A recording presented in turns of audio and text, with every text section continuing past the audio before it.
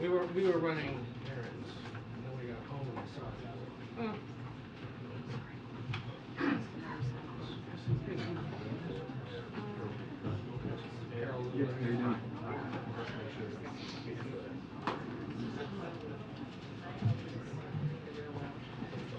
Hi, good afternoon, everyone.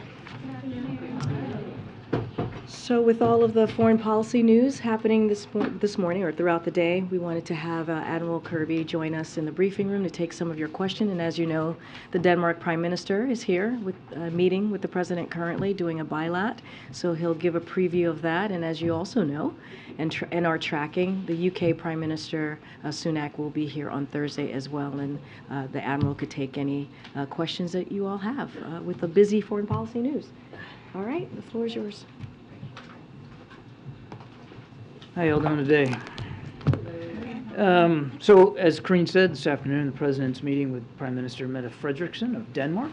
That meeting just started, and it's really designed to help strengthen the deep and enduring ties between the United States and Denmark. This is a visit that the President has been looking forward to for quite some time, and there's a pretty full agenda. Obviously, they're going to review our efforts as NATO allies and close partners to strengthen transatlantic security, bolster economic prosperity. They're also certainly going to discuss our unwavering support for Ukraine in the face of Russia's brutal aggression. And in that context, I think you can certainly expect that they'll raise the issue of the F-16s and the mutual consortium that we have put together to try to advance some, as an initial step anyway, training of Ukrainian pilots. And of course, they'll coordinate on a range of other issues, including energy security, climate change, and other global issues that, of course, we'll have a readout for you when it's over. I'd also just like to highlight quickly, as you've seen from the Departments of Treasury and State, the United States is now taking additional action to combat Russia's malign influence in Moldova. The individuals that were designated today were part of a plot to capitalize on protests in Chisinau that were designed to seize the Moldovan government house and conduct an opposition meeting.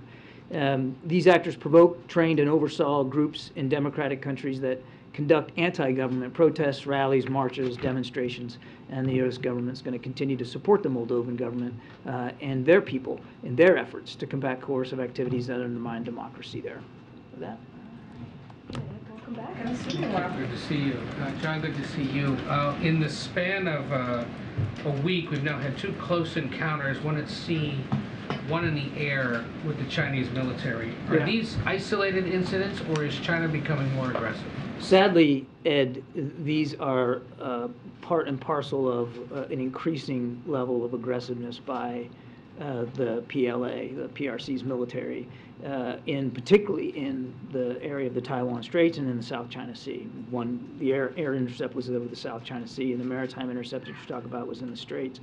And sadly, this is just part, again, of a growing aggressiveness by the PRC that we're dealing with, and we're prepared to address it. You heard Secretary Austin speak to that out at the Shangri-La Dialogue just this past weekend, and we're going to continue to keep the lines open with the Chinese to make it clear how unacceptable those particular intercepts are. There was that handshake at the Shangri-La conference. Has there been any other conversation between U.S. and Chinese officials about Well, I think you know we have two officials in Beijing right now. The Senior Director for China, Sarah Bennett Barron here, and Dan Crittenbrink from the State Department are in Beijing as we speak.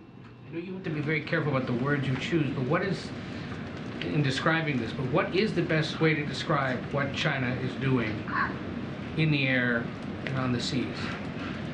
I'll try to give you an answer, but I sure would like to hear Beijing justify what they're doing. That said, these are intercepts. Now look, air and maritime intercepts happen all the time. Heck, we do it. The difference is when we do it, when we feel like we need to do it, it's done professionally, and it's done inside the international law, and it's done in accordance with the rules of the road. These two that you saw recently, and they have happened with more frequency than we'd like. Not all of them are unsafe and unprofessional, but these two were. You saw in the air intercept that they forced our aircraft, an RC-135, to basically go through the jet wash. That you saw the bump in the cockpit. That shows you how close that Chinese fighter was to our jet. And in the maritime intercept in the Taiwan Straits, 150, 140, 150 yards. Speaking as an old sailor myself, I'll tell you that's pretty close when you're in open waters like that. And you could see the head of steam that Chinese vessel had on it as it crossed the bow of one of our destroyers. No call for that. It's unsafe. It's unprofessional. And as to why they're doing it, I think again, I think that's a great question to ask them. What I would tell you from our perspective is, we're flying, we're sailing, we're operating in international airspace and international waters, and both of those incidents were in complete compliance with international law. There was absolutely no need for the PLA to act as aggressively as they did.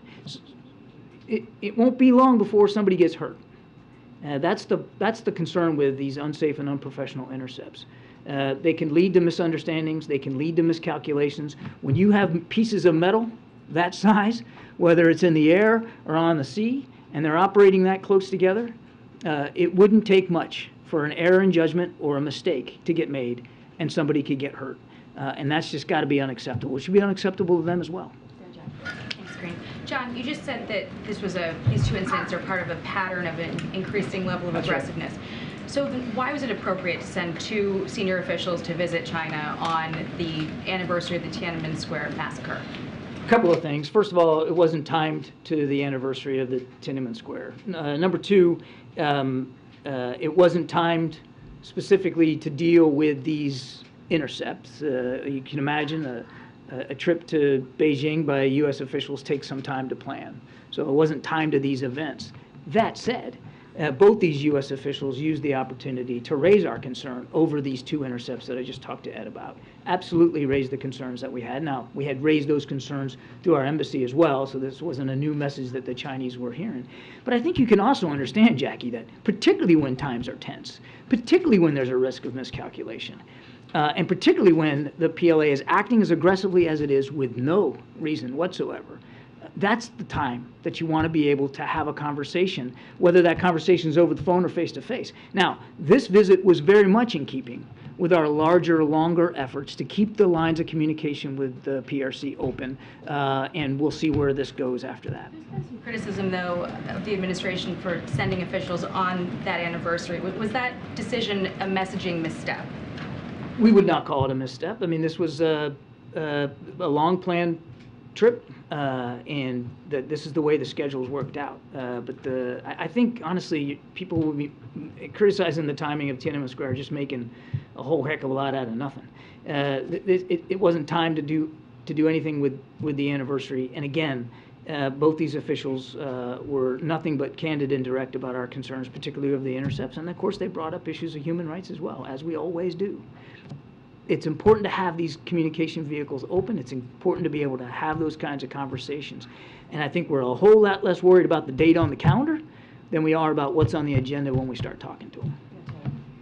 Aside from expressing verbal concerns and communicating with Beijing our displeasure with this, is the United States contemplating any kind of response to back China down from its increased aggressiveness? We have continued to convey that message to them. I mean, obviously, we're not in control of their military and their military assets or their military leaders. We urge them to make better decisions about how they operate in international airspace and sea space. Whether they acknowledge those rules of the road or not, they are the rules of the road. And for a nation like China that continuously touts international law and sovereignty and territorial integrity, you would think that they would understand when a vessel or an aircraft is operating, in fact, in international airspace and sea space. We're going to keep standing up for those rules of the road. We're going to keep standing up for that international law. And as I said earlier, we're going to keep flying, we're going to keep sailing, we're going to keep operating where international law allows us to. It's an important concept. Freedom of navigation, whether it's in the air or on the sea, it's an important concept that the United States is going to continue to stand up for. Thank you. On Ukraine, what is your understanding of whether the counteroffensive has begun? Has it begun? I'm not going to be talking for the Ukrainian military. That's for them to speak to. I think you heard them say earlier today that they're conducting some offensive operations, but I won't go beyond that. That's for them to speak to. What I can speak to is how hard we work to prepare them to be ready. So whether it's starting now or starting soon or whenever they decide to step off and whatever they decide to do, the president's confident that we did everything we could over the last 6-8 months or more to make sure that they had all the equipment, the training, the capabilities to be successful. Thanks. Back to China. Do you think, though, all of these incidents are sort of an effort to intimidate or impact other channels of communication that you are trying to keep open? Or do you see them compartmentalizing the military sort of realm from you guys trying to send Blinken over there and Yellen over there and Raimondo? It's difficult to know for sure, Jenny. I mean, obviously, when you fly and sail as aggressively, and you saw the video for yourself, I mean, you don't need me to tell you how aggressive it was. You're trying to send some kind of a message. At the very least, it's a statement of some sort of displeasure about our presence in that part of the world. But as the president said very clearly in Hiroshima, we are a Pacific power. We're not going anywhere. We've got serious commitments in that part of the world. 5 of our 7 treaty alliances are in the Indo-Pacific. The vast majority of international economic trade flows through the Indo-Pacific. We've got real needs there, and we're going to stay there. And we're going to continue to strengthen and revitalize those alliances and partnerships. So, again, I can't speak for the PRC, wouldn't do it. But if the message that they're trying to send is that we're not welcome, or our presence needs to be diminished, or they want us to stop flying and sailing and operating in support of international law, not going to happen. Would you say, though, as this is going on, that you're continuing to make progress in setting up these visits for Secretaries Blinken, Yellen, Raimondo? Yeah, I think the fact that we were able to get 2 officials there to Beijing here while we're talking is a good sign. We want to keep those lines open. It's important, especially, as I said, now. So in general, without predicting what the next visit's going to be or by whom or when, yes, we are feeling like we are making progress in terms of opening up additional lines of communication. Thank you, Karine, and thank you, John. I have 2 questions. National Security Advisor Sullivan said last weekend that the United States proposed to talk with China and Russia for nuclear disarmament. As you know, North Korea has nuclear weapons, whether we admit or not. Do you think nuclear disarmament talk with North Korea are possible to resolve the North Korean nuclear issues? Or will you continue to wait for the talks with the North Korea? It's not about waiting, Jenny. We have made it clear to Kim Jong-un and the regime in Pyongyang that we're willing to sit down without preconditions to talk about the denuclearization of the peninsula. That hasn't changed. It's not about waiting. We continue to send that message. What we haven't gotten is any indication from Pyongyang that they're willing to engage in those kinds of talks, but the offer still stands. Yeah, John, I just want to go back on the China question. Is there some possibility of sequencing the visits differently? So Secretary Yellen has talked about sequencing being an issue, which sort of implied that perhaps Blinken should go first. But given the challenges in the sort of political and realm and in the military realm, does it make sense to foreground the economic visits first, and have the economic team go first in terms of visiting? Yeah, that's putting that cart way ahead of the horse right now. I think we're glad that we were able to get this visit in Beijing, and we'll see what they come back with. I mean, clearly one of the goals was to advance the communication with the PRC and see what we can do to get these higher level visits in play. We're just not there yet to talk about sequencing or specific scheduling. But look, we're hopeful, and we'll see what they come back with and what we're able to talk about. On the NATO, can I just one more question? On the NATO Secretary General succession thing, this is an issue. Do you know whether the president intended to speak with the Danish Prime Minister about that today? And whether he has any thoughts about the importance of having a woman lead NATO for the first time? That is not the purpose for the trip, not the purpose for the conversation. I sort of detailed in my opening statement what they're really going to focus on. If I can shift gears to two different topics. One is, how do you all interpret Saudi Arabia's decision to unilaterally cut oil production? We'll let them speak for their decision to cut production. What we're going to stay focused on is making sure that there's a balance between supply and demand. You see the price of oil was not dramatically affected by this announcement of these additional cuts, and the price of gasoline continues to come down. So the president's going to stay focused on what's best for the American people, what's best for our economy, and making sure that we're looking after those needs. And we'll let the Saudi Arabians speak for themselves in terms of this decision to cut. And then a separate topic, I also wanted to ask you about another visit from a foreign leader coming up later this month, India's Prime Minister Narendra Modi. Yeah. I know you all have made a very large focus in this administration on the divide between autocracies and democracies, and there have been questions about the health of India's democracy under Narendra Modi. I wanted you to articulate why have the invitation for the state dinner, and then I have a follow-up to it. But why have India is a strong partner on very, very many levels with the United States. You saw that in Shangri-La, Secretary Austin announced some additional defense cooperation now that we're going to pursue with India. Of course, there's an awful lot of economic trade between our two countries. India is a member of the Pacific Quad and a key friend and partner with respect to Indo-Pacific security. I could go on and on and on. There's innumerable reasons why India certainly matters, not just bilaterally between the two of our nations, but multilaterally on very many levels. And the president's looking forward very much to having Prime Minister Modi here to talk about all those issues and to advance and deepen that partnership and that friendship. And then the follow is this administration at all concerned about the health of democracy in India?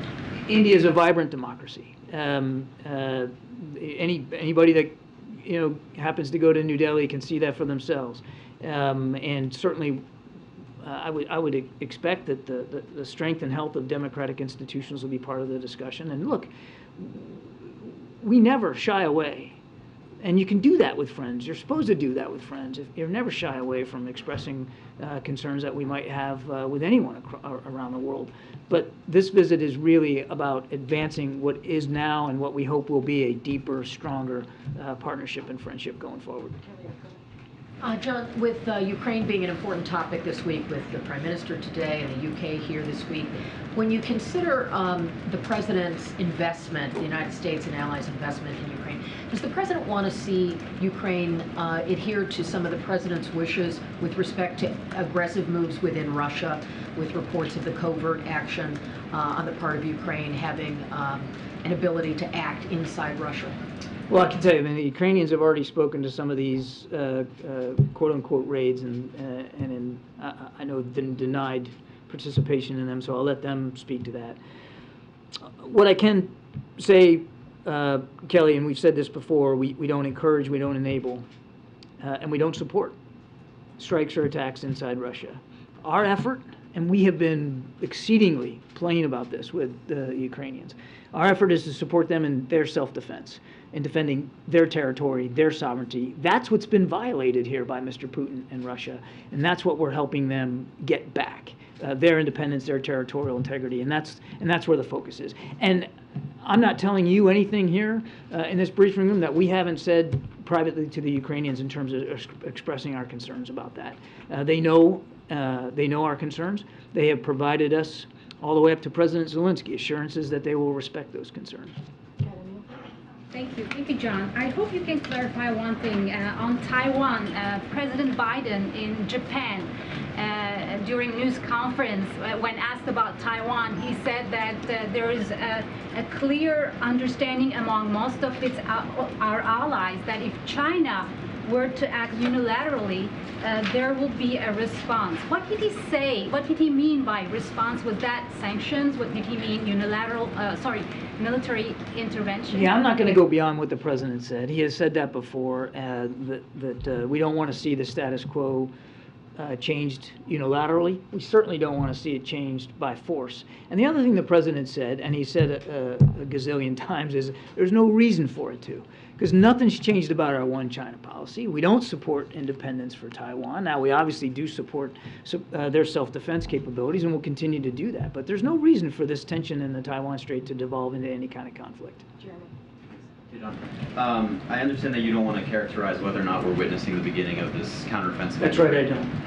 But is this within the time frame of when Ukrainian officials told Americans that they could potentially begin a counteroffensive? Are we within that time frame? I'm just not going to go there, Jeremy. I mean, they need to have the right and the responsibility to speak for their own military operations and how they're conducting them and where and when. And it wouldn't be appropriate for us to speak to that. Okay. And secondly, President Zelensky told the Wall Street Journal that he needs more Patriot missile batteries and air defense to protect both civilians in Ukrainian cities as well as frontline troops from Russian air power.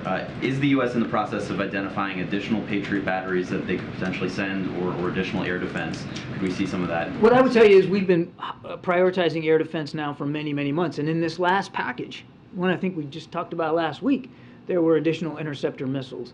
So without getting ahead of announcements to come, I can assure you that air defense remains top on the list of the kinds of capabilities that we're going to continue to make sure Ukraine has. Are Patriot batteries, I know that those are tough because they're fairly scarce, so is that a possibility? They are. There's not a lot of them, either in our inventory or the inventory of nations that have purchased them. But again, I don't want to get ahead of where we are. We know air defense is a priority, and we know how well the Patriots have been performing inside Ukraine, which is, again, why we provided some additional interceptor missiles last week. All I can tell you is that we're going to prioritize it going forward. I just don't want to get ahead of announcements. Go ahead, Steve, and then we'll look at that. Thanks. John, if I could ask you about the NORAD intercept yesterday. Yes, sir.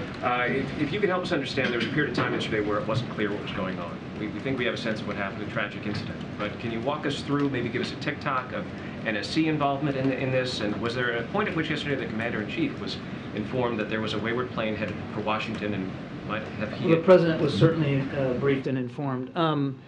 I don't have like I should have brought it with me. I don't have like an exact tick-tock minute by minute, but I can walk you through a little bit of how it transpired in the process.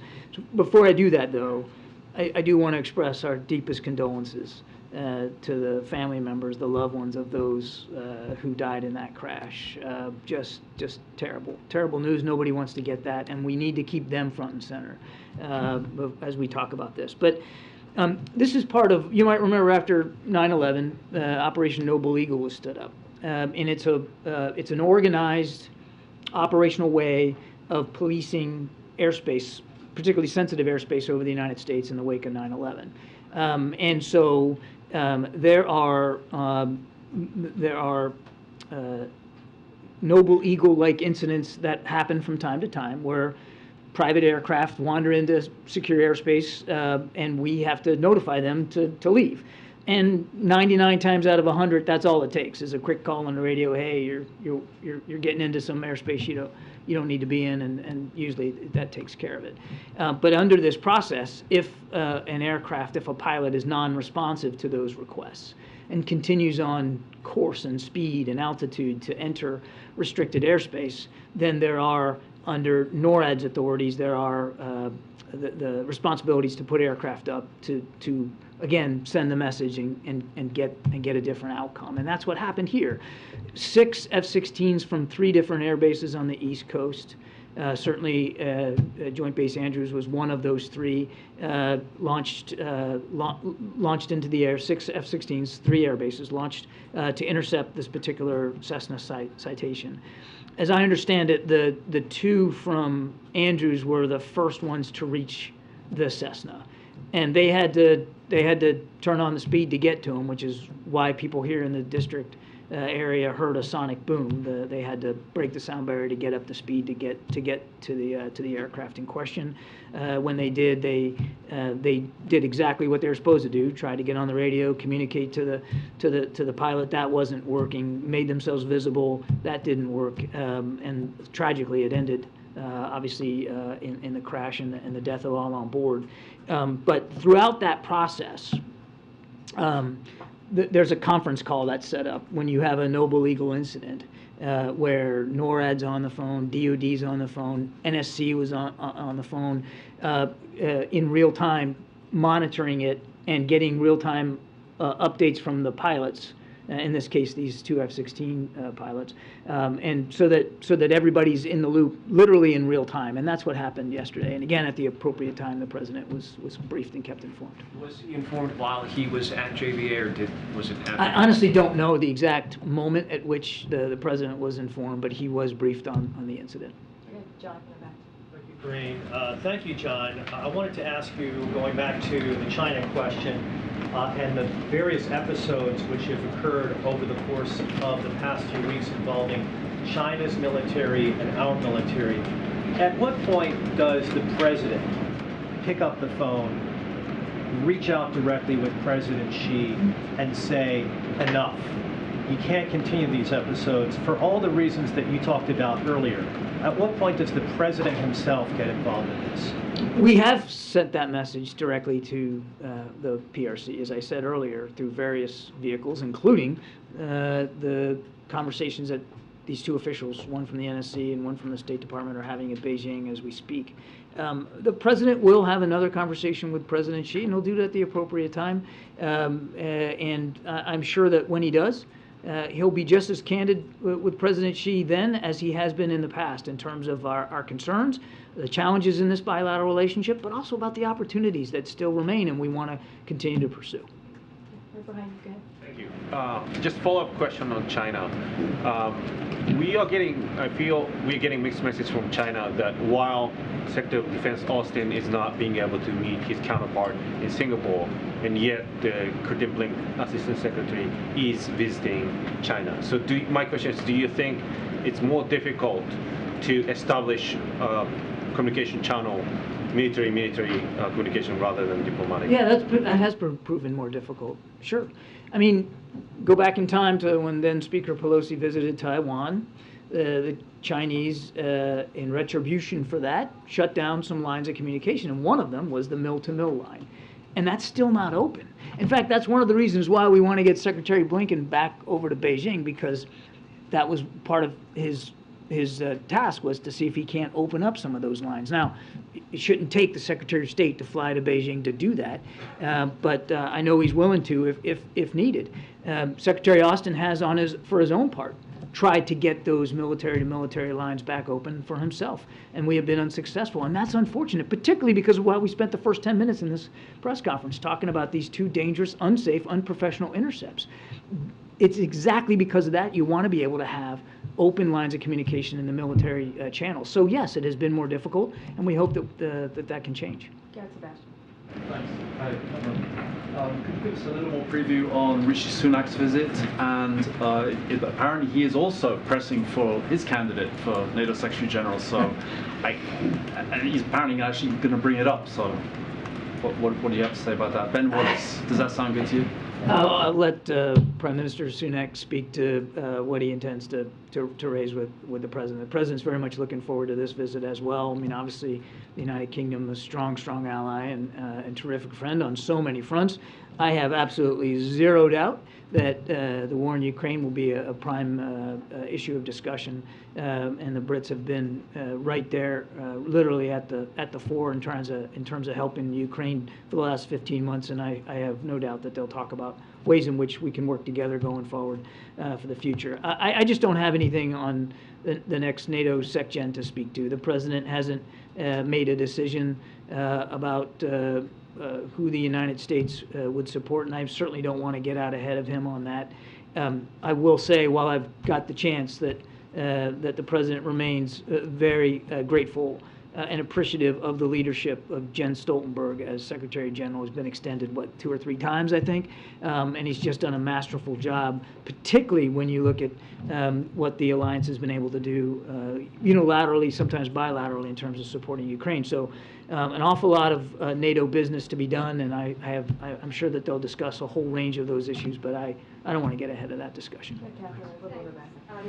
On the sonic boom situation, was there any effort yesterday to evacuate the White House or the Vice President's residence as this plane crossed the airspace? And if not, why not? I'm going to let the Secret Service talk about security here at the White House. That's not something for me to tackle. Is there any review now of how this was handled, if the response was appropriate, given the risks? I refer you to DOD to talk to whatever after action they might do. It's not uncommon after any operation for the military to take a look at how it performed. Having observed this myself for many years, what I saw was just a classic textbook response to, in this case, what was an unresponsive pilot an aircraft, again, with a completely tragic outcome. Good. Thank you so much, John. On Iran, Iran is reopening its embassy in Saudi Arabia after a 7-year break, and it was a Chinese brokered deal. I just wanted to get the U.S.'s assessment on what this could mean, what the implications are. Will this help the security situation in the Persian Gulf or the Strait of Hormuz? Will the U.S. decrease its maritime presence in that area? And how could this affect the Abraham Accords? Which one of those 7 do you want me to take first? Look, we'll let the Iranians and the Saudis speak more specifically to this. What I would say is just in general is we support more integration, more dialogue, and more transparency throughout the region. And if the Iranians open up an embassy in Riyadh can help increase transparency of what they're doing and why, if it can de-escalate tensions, if it can lead to a reduction in their destabilizing behavior, including intercepting maritime shipping as they attempted to do over the last several days in the Strait of Hormuz, then all that's to the positive. Karen. Thanks. Two questions. To follow up on Jeremy's question, in that Wall Street Journal interview, Zelensky also said that Russia's dominance of the skies over the battle zone will mean many Ukrainian soldiers will die in the counteroffensive. Does the White House agree with that assessment that he gave? I certainly wouldn't think that it would be appropriate for us to lend veracity to estimates by the Ukrainian military in terms of what casualties they might take. That's really for them to speak to. Again, bear with me because I know this is going to sound like I've said this a gazillion times, but we have done everything we can to make them ready, and that's not just about weapon systems. It's about training and how to use it, and more critically, it's about how to integrate those capabilities on the battlefield in what we call combined arms maneuver, which is what they believe they're going to need to execute to be able to conduct successful counteroffensive ground operations. And we have really done a lot to help get them ready for that. But as to how many casualties they might take, I think that's really certainly nothing we would speculate on. And in war, those things are unpredictable. And it's a lot of it's going to depend on how and where they conduct these operations and what kind of resistance they face from Russian forces. Well, second one, could you give your assessment, the administration's assessment, on how significant the recent and ongoing gains are by Ukraine around the city of Bakhmut? I would just tell you that again, I don't want to armchair this thing, day by day. There has been continued vicious fighting in the Donbass area. Certainly, Bakhmut did not see much of a reprise of the violence. The Ukrainians have been fighting bravely for Bakhmut, even as they withdrew forces. They still stayed in the vicinity of Bakhmut.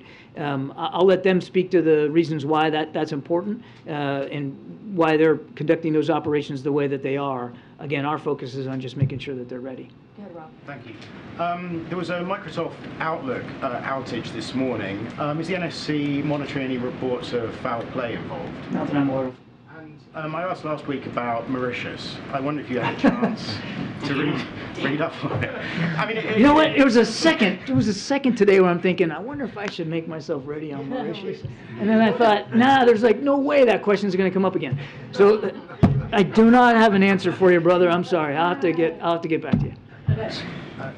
Thank you. On Saudi Arabia, again, on the decision to cut production, was that any advance notice given to the administration on sort of what their thinking was on that? And I guess more broadly, what you can share as to how it plays into this sort of ongoing review of the U.S. Saudi relationship?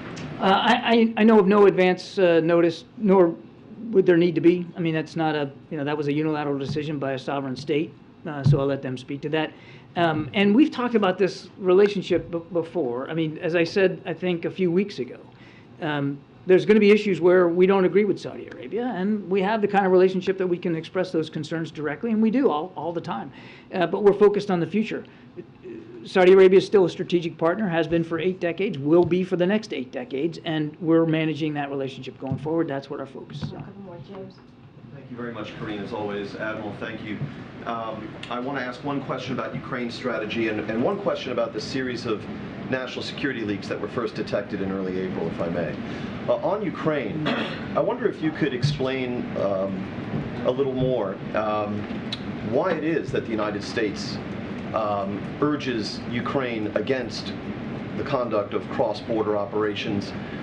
Wouldn't it be the swiftest way to bring this war to a conclusion if Russia were made to feel even a fraction of the kind of pain that it has inflicted on Ukrainian territory? We have been pretty consistent about this, James. We don't. The rationale is what I'm asking. We've been consistent about the rationale too. I think we can all agree, no matter where you stand on the war in Ukraine, that having it escalate to be exactly what Putin has claimed it to be from the beginning, a fight against the West versus Russia, or United States versus Russia, or NATO versus Russia, is not good for anybody. It's certainly not good for the Ukrainian people. It's not good for our European allies and partners. It's not good for the Russian people. So we don't want to see this war escalate beyond the degree that it's escalated before, and that's been our justification since the very beginning. On the national security leaks, I wonder if you have today any better sense of how damaging to national security they were. I ask this because I was struck by the divergence, if you will, in your comments and those from President Biden on the subject. You came to this room and you pleaded with all of us not to publish this material, even if we came into possession of it, presumably because of the damage it would cause. And in fact, even in court filings, in the ongoing prosecution, federal prosecutors are referring to the great damage caused and the potential for greater damage. And yet we saw President Biden say that there was nothing of great consequence in these leaks. How could that be true? Both are true. First of all, when we made those comments, it was at the very beginning of these disclosures. We didn't know the full scope of what was out there. We didn't know what hadn't been made public yet. And the classification on a lot of this intelligence gave us proper pause for concern. And I still would make the same point I made before. We would urge you not to publish this material. We don't think that this material belongs in the public domain. That said, the more we have come to learn over time, and this is what the president was referring to, is that much of the information that's out there, and I say this with the caveat, James, that I still don't think we know for sure that there isn't more coming.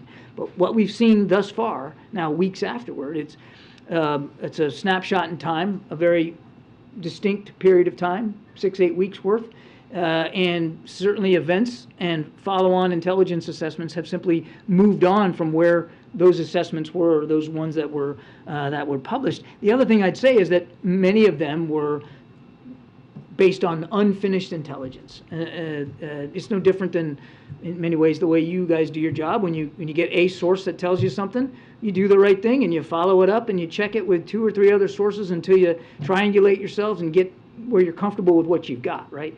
Well, a lot of that information was based on early reporting that had not been corroborated. How can you tell us that you are not sure that there isn't more material coming? You have not turned off this spigot, even with the arrest of this airman? What I can tell you is we can't say definitively that there couldn't be more documents out there, James. I wish we could have a different answer to your question, but that's the honest answer. Now we haven't seen many more disclosures in recent weeks, so that's a positive. But it's not like we're gonna go whistling past the graveyard and just say, okay, we're done. I mean, we're gonna keep looking. Yeah, Diana. Okay, one question on the House oversight investigation, please. As you know, on May 10th, they issued a report showing that the Biden family allegedly funneled $10 million into their bank accounts while Joe Biden was vice president. Members of the committee have said there may be several national security concerns at hand here with their alleged ties to the foreign countries. Admiral, have you read the report yourself, and do you personally think that there are any national security concerns here? No and no. Go ahead. Thank you, Karine. So nice of you. In a letter to the President, 6 congressmen requested urgent action to stop human rights abuse by Bangladesh Prime Minister Sheikh Hasina. Also urged President Biden for measures including stricter individual section, and to give the people of Bangladesh the best possible chance for a free and fair parliamentary election. What is your response about these lawmakers' recent letter to the president? Look, we've been consistent, and I'm aware of the communication. We've been consistent on the need for Bangladesh to hold free and fair elections, and to demonstrate that commitment, the State Department, as you know, recently announced a 3C visa policy that will restrict visa issuances to individuals who undermine Bangladesh's elections. Okay, Andrew, last question. Thank you, Karine. John, a few weeks ago I asked you about the case of a former Afghan Air Force pilot who is facing deportation from the UK to Rwanda. He had also requested aid from the U.S. You said you'd look into it. Thank you for that. Now, the Air Force is not apparently cooperating in making some of the officers who work with him available to at least speak with us, in part because, and I'm quoting from an email here, the publicity may invite more requests for support.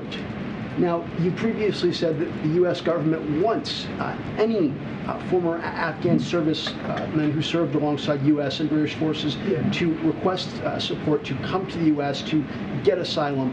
Has there been a policy change? Do we no longer want requests for support from publicity in cases such as these? Well, without confirming the Air Force's response, which I had not seen, the short answer to your question, no, I'm not questioning it. I'm just saying I haven't seen it, and without seeing it, I won't speak to it. But the short answer to your question is no. There's no policy. We continue to want to see our Afghan allies get out, be able to have a life of freedom, and certainly if they want that life here in the United States, we're still willing and able to help provide it to them. No, there's been no change in policy at all. Okay, thanks everybody. Thanks. No question on Sudan, no question on Africa. Thank you so much, Admiral. Go ahead, Darrell. Thanks. Crazy what's happening here. Can you clarify one thing when Kirby was describing, in response to Portnoy's question about the chain of events yesterday? Did the president have any role in the decision to scramble F-16s, or is that process self-contained? Is NORAD and DOD, NSC? So what I can say for sure is that the president was certainly briefed and throughout the process and kept abreast. Can't speak to the exact process and what comes first and how it all runs down. Clearly, this is the Department of Defense that kind of certainly led this operation, but can't speak to where the president kind of engaged or not. I can tell you that he was certainly kept abreast. One other question, looking ahead to the trip on Friday when he goes to Port Liberty, given that it was just renamed, will the president in his remarks get into the reasons behind the renaming, the whole debate over being woke, or will his remarks just be a tribute to troops? So, as you know, that's a few days away. So we'll have more to share and certainly preview on what the president's going to say on Friday when he's in North Carolina. I just don't have anything right now. And as you can imagine, the remarks are continuously being worked on and edited by the president, but I just don't have anything to share specifically on what he's going to lay out and speak to. All right, go ahead, Kim. The cabinet meeting tomorrow, anything you can tell us about the theme or the focus of that? Sure, I can share a couple of things about tomorrow. As you all know, the president's going to be convening his cabinet secretaries tomorrow in the cabinet room, as he does from time to time, to discuss the progress we've made in investing in America.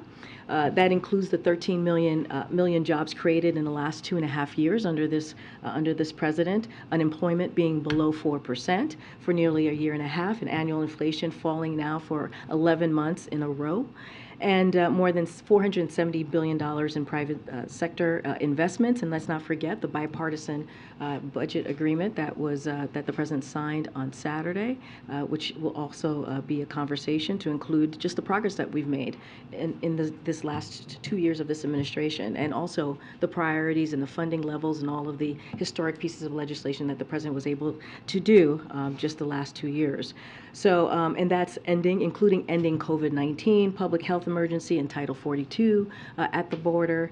And what you can expect as well is he will be talking to his cabinet members, cabinet secretaries, about the next 100 days, which we think is incredibly important as we move forward with this rest of this year, unleashing more infrastructure, clean energy, manufacturing investments across the country, and our work, let's not forget, to curb gun violence as well, and also what we're seeing across the country on what's the attacks that we're seeing on women's reproductive rights. So that certainly will be part of the conversation that you all will hear and see from the president tomorrow. Also, Go ahead. Yes. Journalists at Gannett newspapers are on strike today. Just wondering if the president has any message for them. Does he support them?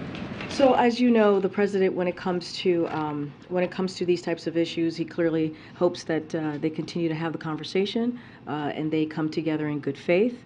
And certainly, he always supports in this particular journalist to make sure that they get a fair share here. Go ahead. Thanks, Karine. Picking up on the cabinet meeting, does the president still have confidence that Julie Su can get approved to be his cabinet secretary? Yes, yes, he has confidence that she will get through, and as you can imagine, that she has the support of this administration to get her through, to get her confirmed. She will be in attendance tomorrow. As you know, she's the acting secretary of the Department of Labor, and he has confidence, and we're going to do everything that we can to make sure that she actually becomes secretary. He nominated her at the end of February. It's now June. So what is he doing to help speed this process up? Well, look, Julie Su, as you've heard me say many times from here, was confirmed, supported as a deputy secretary at the Labor by all Senate Democrats. That occurred when she went the first time she went through this process, clearly as deputy, and has garnered the support of businesses, labor, several organizations across the spectrum. If you think about Jean Soroka, the executive director of Port of Los Angeles, recently wrote that Julie Su is a consensus builder whose impact has played out in real time throughout the supply chain industry. For these reasons, among others, no one is better suited nor better qualified than Julie Su for the job of Secretary of Labor. So this is a full court press to get Julie confirmed. Outside groups continue to also push her forward, and certainly she will get the support from the White House as well and from this president. So we are confident, and we're going to continue moving forward. The last thing on this topic, does the president feel after the debt ceiling negotiations that he has a little cachet here to use with moderate Democrats such as Senators Manchin and Sinema?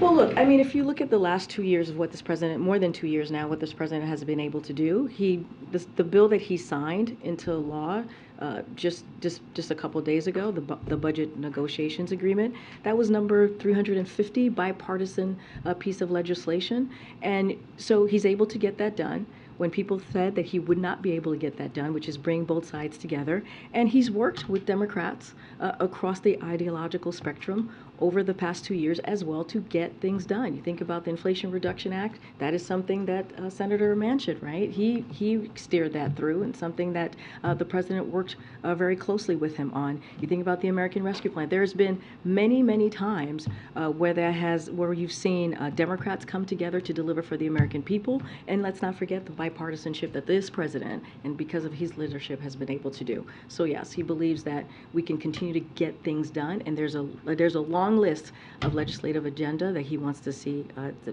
done. As I just mentioned, gun reform is being one of them. As I mentioned, reproductive rights as being another, and many other ways that he believes that we can continue to deliver for the American people. Go ahead.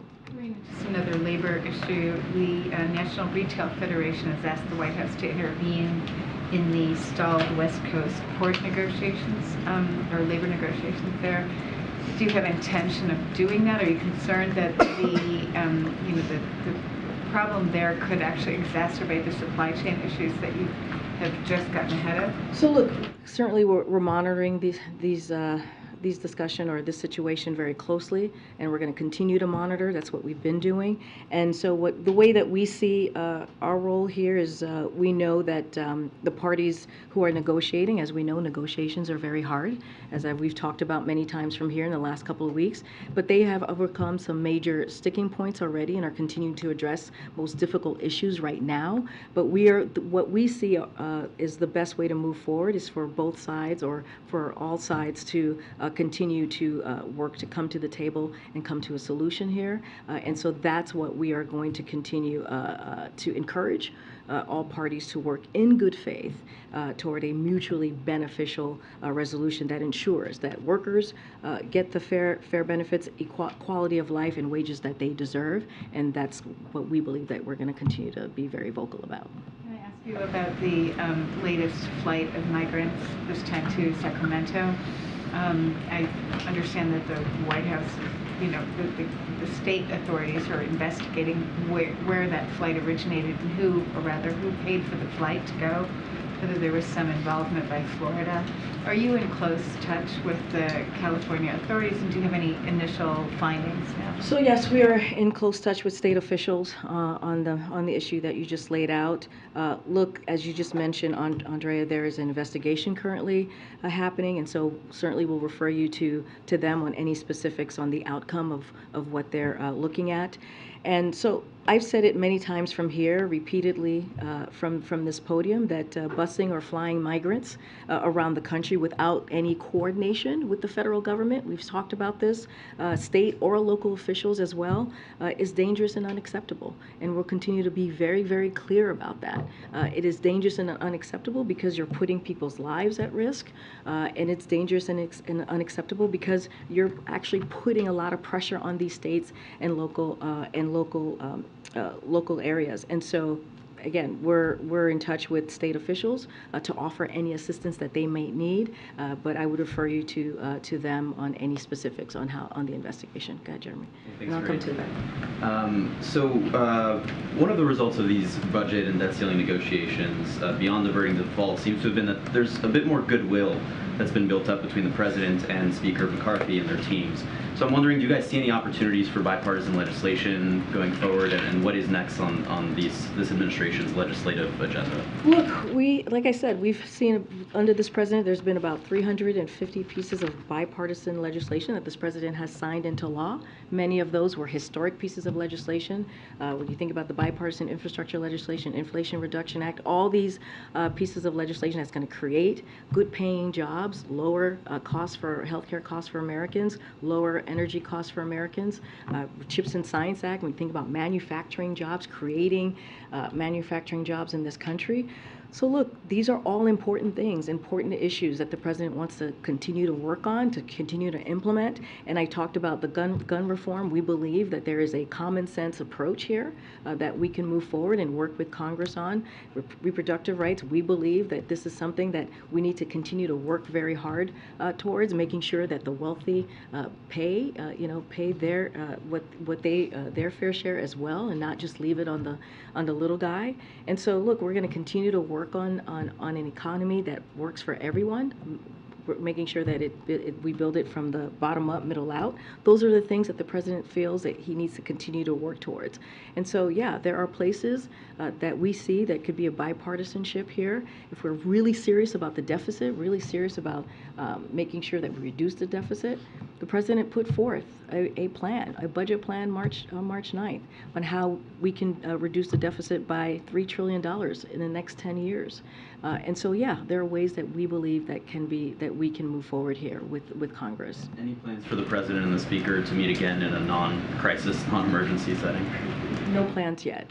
And secondly, last night during a CNN town hall, former Governor Nikki Haley suggested that allowing transgender girls into female locker rooms is driving up suicidal thoughts among teenage girls. Wondering if you have any comment. So, look, I'm not going to go beyond what we've talked about when it comes to Department of Education, when it comes to this president, as it relates to that particular issue. But look, I think more broadly, what we have seen from Republicans just across the country as it relates to transgender youth, as it relates to the LGBTQI plus community, we've seen more than 600 bills. Many of those are targeted at transgender youth. And that is something that the president's going to continue to speak out against. It is appalling what we're seeing, the hate, the attack on this community. And so the president's going to be very clear that he supports the LGBTQ plus community. This is Pride Month, as you know. He's going to continue to lift up the community and all their accomplishments, celebrate them. And so I'll just leave it there for now. Nikki Haley also last night refused to answer a question about whether she would sign a bill for a 6-week abortion ban if it came to her desk, saying that the administration has not yet outlined their position on whether they would sign bills allowing abortions at 37, 38, 39 weeks. Could you give us the sort of correct position of the administration in terms of what kind, if any, kinds of restrictions on abortion the administration supports? So I didn't watch this town hall, so can't really speak to exactly what she said. What I can speak to, what the president has said, which is that he will continue to call on Congress to restore Roe v. Wade. And so if you know the particulars of Roe v. Wade, you see what the president stands. So I'll just leave it there for now. And one other one on Nikki Haley. She also said that a vote for President Biden is a vote for Vice President Kamala Harris. What do you say to anyone who is questioning whether the president would survive a full 4-year term? So let me just say this. I'm not going to comment on the 2024. She is a candidate, so I want to be very careful here. And we do follow the Hatch Act, so I want to be really, really mindful here. Look, this is a president, if you look at his track record, and I'm saying this more broadly, if you look at what he's been able to do, he has been able to push forward and get done historic pieces of legislation. He has gotten more done than any other president when you think about the infrastructure legislation. When you think about the last president, it was a joke. We were talking about infrastructure week. It was literally a joke. Now you hear this president talking about infrastructure decade. When you think about for Medicare, being able to negotiate and lower cost for Americans, that matters. That matters to the American people. When you think about actually creating jobs, good paying jobs, which is part of this president's economic policy, that matters to the American people. The president literally just was able to get done a bipartisan agreement on the budget, which many people didn't think he would be able to get done. And this president was able to get done.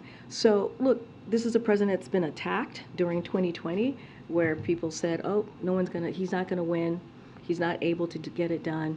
There's no way he's gonna be the next president, and he made it happen. In 2022, the same thing. There's going to be a red wave. It's not going to happen. Democrats are in trouble, and look what happened. And because of what the president was able to go and do and make sure that there was a message out there that Americans can see on what he's been able to do and what Democrats were able to do, he really had one of the best midterm outcome for a new Democratic president in 60 years. In 60 years. And so, look, I'll leave you with a quote here. Here's something that I think that was said a couple days ago. It's a Huffington Post headline. After calling Joe Biden senile, Republicans complain he outsmarted them. I'll leave it there. Okay. But to follow up on this, because the other argument that was being made in that comment by that candidate is that a vote for Joe Biden is a vote for Vice President Harris to possibly become president. Does the White House see those continued attacks from Republicans, and frankly, comments from Democrats concerned about that, as sexist, racist, politically convenient? So look, going to be really careful. 2024, I'm not going to speak to 2024 from here. What I can speak to, what I'll say more broadly, is that the Vice President has been a partner. Has been a partner to this president. You've heard him say that multiple times. When it comes to difficult decisions, when it comes to important decisions that matter to the American people, this is something that those are issues that the president has talked to with the vice president. And so you've heard him say that. You've seen her do that. out there on the road, or whether it's even here speaking to different issues that are incredibly important to the American people. So I will leave it there, but not going to go into a tit for tat. What does this mean? What is this outcome going to be? What I'll speak to is what I know here in this White House and how they have worked very closely to get all of the things that I just laid out get done on behalf of the American people. I had one other. The chairman of the House Oversight Committee says they're going to vote to hold the FBI director in contempt on Thursday for withholding documents about some uncorroborated corruption allegations dating back to when the president was vice president. Does the White House have any comment on the Oversight Committee's continued focus on this? So I would have to refer you to the FBI. They've actually put out a statement on this, and I would refer you to them. All right, go ahead. You mentioned Pride Month a minute ago. I wanted to ask, the Pentagon announced last week that it will no longer allow drag shows to be hosted at military facilities. Did the President or the White House, were they consulted at all on this decision? Or do you have any response to what it says that was announced, as the White House is trying to celebrate Pride Month? So that was a DOD decision, so questions related to that, certainly I would refer you to them. I'll say a couple of things here. I want to start out by saying that this is a president who is proud of the LGBTQI people serving in our nation's military. As Secretary Austin has expressed in his Pride Month statement that he put out just last week, the Biden-Harris administration will celebrate LGBTQI plus service members' contributions during Pride with Pride across federal agencies, including at the Department of Defense.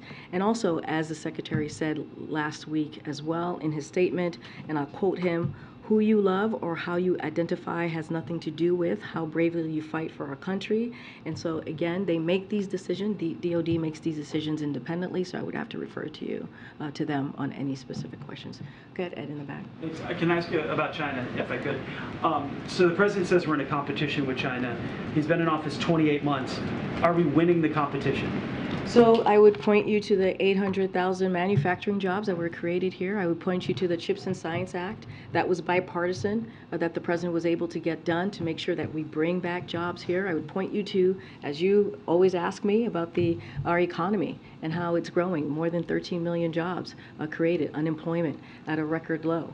And so the President has done the work to make sure that we bring those jobs back. You see the investment. We talk about investing in America, and the President is able to talk about that and go around the country laying that out because of what we've been able to do, historic pieces of legislation to prove that point that I'm making. So he feels like we're winning that competition.